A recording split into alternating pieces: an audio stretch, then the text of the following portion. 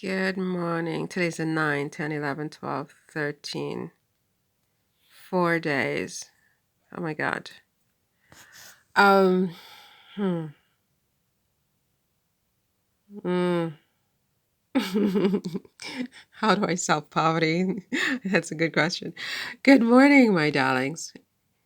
How is everyone today? Happy Sunday. It's Sunday morning at 6:26 a.m. I've been up a while, a little bit stressed out, actually. A little bit stressed Oh my gosh, I have about 4 days to get my appeal in, and I mean, I don't know. I don't know. I mean, we'll have to see how that works out. I can't even, I don't even know. Anyway, so you know, one of the things that Meghan and Harry's story does for me is it's kind of like a stress reliever in a way. I mean, sometimes it can bring on stress because I get stressed out for them. When people are constantly attacking them, it does stress me out. But other times, it is such a stress reliever because I just think they're so wonderful. And sometimes I think the people who are attacking them are actually funny. And I know that Meghan and Harry would never find these people funny, but I find it just so funny that people behave in this way and people are like this. Sometimes if you turn the volume down and just watch their faces, it's so funny. Like it's demonic, but it's funny at the same time. And so, I tend to enjoy the story. But I mean, it's not just that. It's a glamorous story. I mean, and with the rest of the royal family, it's the whole thing, the whole context of it is like very, very interesting. It's like a soap opera, but I know that saying that is a negative and, they don't want to be thought of as a soap opera or whatever. But, Megan didn't create this soap opera. She was just trying to live her life and, whatever. But anyway, so there's all this talk about Megan being a humanitarian. And there was this one YouTuber who had 5,000 views on her latest video that came out about 13 hours ago, which I think is hilarious. 5,000 views in 13 hours. And I have yet to get 5,000 views combined, I think, on any of my videos over the past 6 months. And she had 5,000 views in 13 hours. I was a little bit jealous, but don't tell anybody. And so she was talking about Megan being a humanitarian. And I thought, yeah, that's true. I mean, there's been a lot of chatter about Megan's humanitarian work and so on. And she's been at it since she was 11 years old. And so this one article has the 10 best humanitarian quotes by Meghan Markle. And so I was just looking at it and all of the things she said.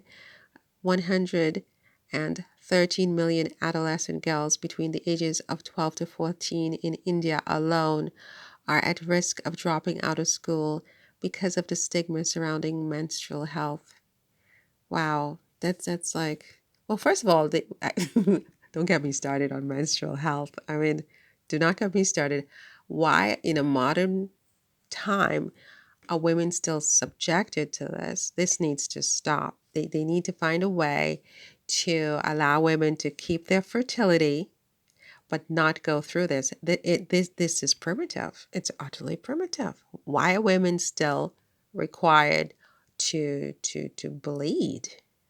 Like bleeding is bad. It's bad. Okay. Menstrual health does not have to mean blood. I'm sorry. It's too early in the morning. I understand this, but I have a pet peeve about this. And this goes on for way too long for some women. Do you understand what I'm saying to you? And it's a really big problem.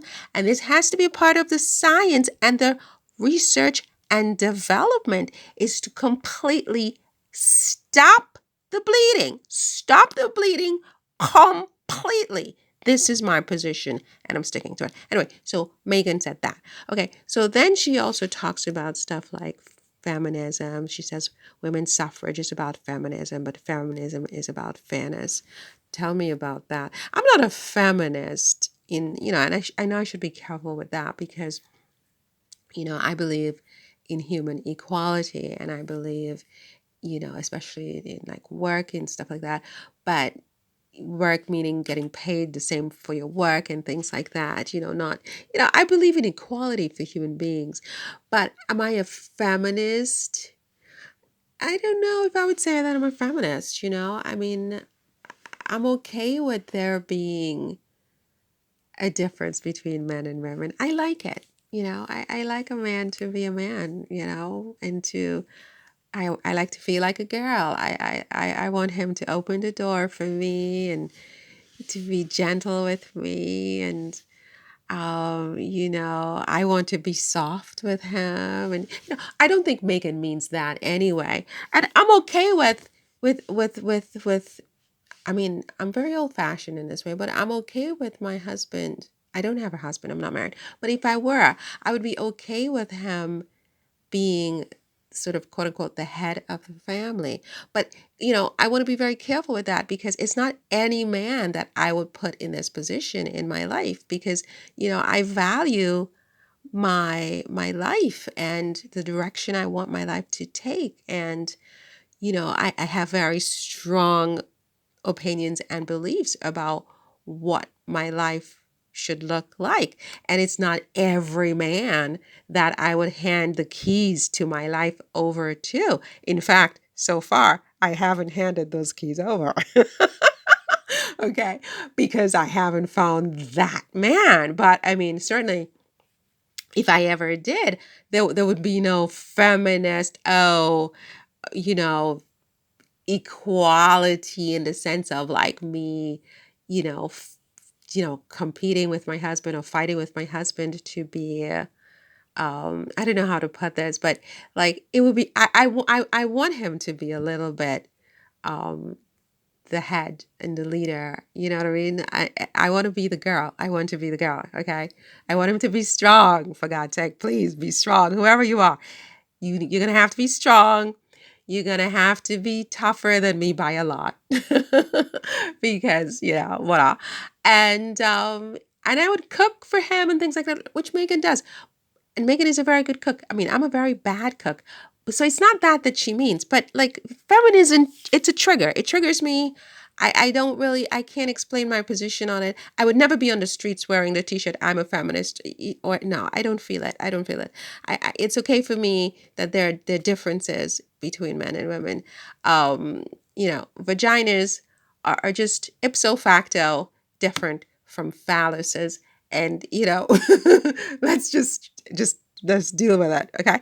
But look, humans are equal, and I believe in equality of human as a human. Do you know what I mean? I mean, look, I don't know how to say this, but whatever. So, voila. But Megan is a feminist. I respect her position on this, and voila. That's one thing we're not sort of on the same page with, and it's okay. We don't have to be clones of each other. Okay. So she also says we need to be kinder to ourselves, and she says that with fame comes opportunity, but it also includes responsibility. I wouldn't know what that means. I've never been famous. If I ever became famous, it would probably be a problem because I could probably have said some irresponsible things in my life so far. Probably what I just said was completely irresponsible about feminism. But, I'm flawed. I'm a flawed human being. Okay. Um, she says, number 10, I am proud to be a woman and a feminist. Markle began her speech at the UN on International Women's Day in 2015 with this line. It was the same speech where she told the story of her 11-year-old self, prompting advertisers to change their sexist dish soap advertisement. Look, I mean, I hear you, Megan, and I respect you for that. And, I am proud to be a woman. I wouldn't describe myself as a feminist, but maybe I am a feminist. I mean, I didn't, stand up to anybody at 11. I stood up to my father when I was about that, or maybe a little bit younger than that. And he was a sexist and is a sexist. Sorry, Dad. But love you, Papa, so much. But, my father had the audacity to distinguish between the girls and our brother, and whom I love. I love my brother so much. I love my brother so much. But so my dad would always take my brother to the movies every Sunday, and he would leave us, the girls, home, just no movies. I guess he was just bonding with his son, but I didn't get that at 10 or 11 or whatever it was. And boy, one Sunday, I just put my foot down. It was enough. It was enough. And I spoke to my father in a dialect, okay? It wasn't proper English at all. And I'm like, wait, wait. I was like, wait. So he had the king and now he had the dog. I mean, yeah. And my father was totally shocked by that. Like, what are you talking about? I'm like, we want to go to the movies. Like, why are we always home? And every Sunday or Saturday, whatever it was, you're taking your son to the movies, and we don't get to go to the movies because we're girls. So maybe I am a feminist. And by the way, we did get to go to the movies that weekend because like he was busted, like you have no idea. Okay.